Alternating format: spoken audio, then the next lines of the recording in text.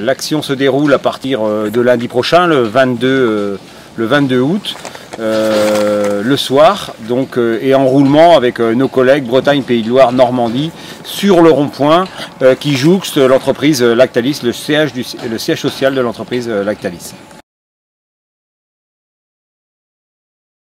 Au-delà de notre département qui compte 3200 exploitations laitières, le groupe Lactalis, c'est plus 50% de la collecte régionale et de la région ouest. Donc il était important que nos collègues bretons et nos collègues de Haute et Basse Normandie puissent intégrer notre mouvement et faire aussi une épreuve de force, montrer la solidarité du Grand Ouest.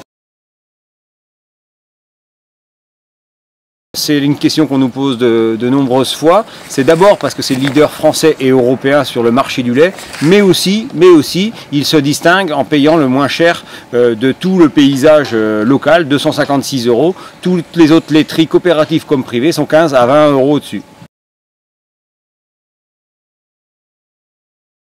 Donc elle est prévue démarrer lundi. On espère assez rapidement avoir des contacts pour engendrer des discussions au niveau national, interpeller l'État et le médiateur des négociations commerciales, mais ce n'est pas une fin en soi de manifester, c'est d'obtenir des résultats, un meilleur prix, des garanties pour les organisations de producteurs. Cette problématique de chantage est régulière lors des manifestations, notamment chez Lactalis. Et donc pour ce faire, on a interpellé les préfets de région, des 3 régions Normandie, Bretagne et Pays de Loire, pour que, en cas de problème de ce type-là, on puisse rassurer nos éleveurs et que chacun soit collecté. On n'a pas les moyens de perdre du lait en ce moment. Les objectifs syndicaux sont doubles.